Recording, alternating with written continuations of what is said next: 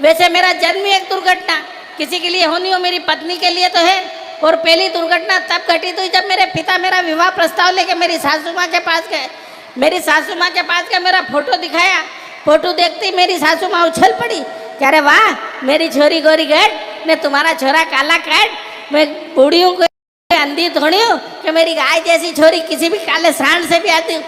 मेरे पिताजी बहुत चतुर, और हो भी क्यों नहीं, क्योंकि मेरे पिताजी कहने लगे बहन जी माफ़ कर दो, गलती आपकी नहीं गलती मेरी है। मैं फोटो की जगह नेगेटिव उठा लाई, ऐसे मेरा विवाह हुआ। और मैं फिर भी अपनी पत्नी को ऐसी प्राप्त नहीं हुआ। मेरी पत्नी ने मुझे पाने के लिए 20 मंगलवार, 22 बुधवार, 24 गुरुवार, 28 शनिवार, 30 रविवार और 32 सोमवार, 16 सोमवार 2 बार करना पड़े बेचारे को।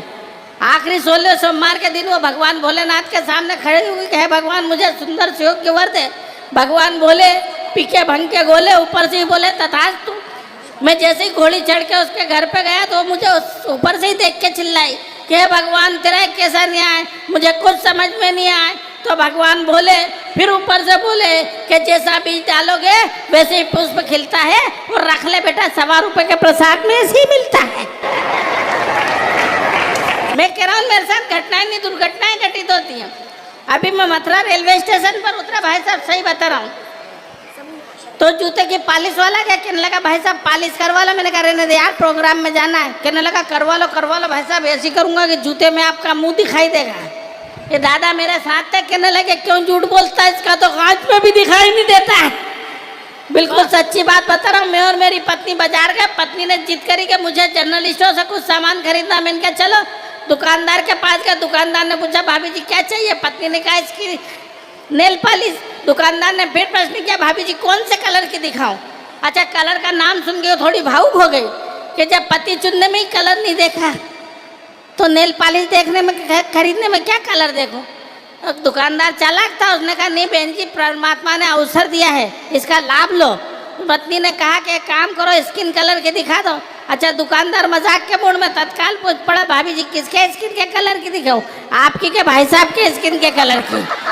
ये दादा बड़े बड़े प्रोग्रामों में जाते हैं। मुझे तो याद है कलकत्ता एक प्रोग्राम में लेके गए, मैं भाई साहब और साबिया असर। दुर्घटना वहाँ भी घटित हुई। इत्तेफाक से उस होटल में आग लग गई तो फायर ब्रिगेड वाले सबको बारी बारी से फेंकने लगे। सबसे पहले फेंका दादा को, 4-6 लोगों ने झेल लिया। उसके बाद फेंका साबिया असर को, तो झेलने वालों में होड़ मच गई। उसके बाद मुझे फेंका, हालांकि मुझे झेलने के लिए 12-15 लोग लगे, किंतु झेलते ही नीचे से चिल्लाए अरे ये जले हुए को तो मत फेंको रे। देखो जब बात समझ में आ रही है ताली वाली बजाते रहो। नहीं ये बात इसलिए कहना पड़ती क्योंकि मैं तो ताली से चलने वाला खिलौना हूँ। मैंने तो मेरी पत्नी को पहली रात में कह दिया था, मैंने कहा देख सुखी वैवाहिक जीवन का लाभ चाहती तो शर्माए मत, ताली बजा। वो बेचारी अभी तक ताली बजा रही। इसके बाद ये मुंबई, मैं बेटमा में रहता हूँ, पहले ही बता दिया आपको।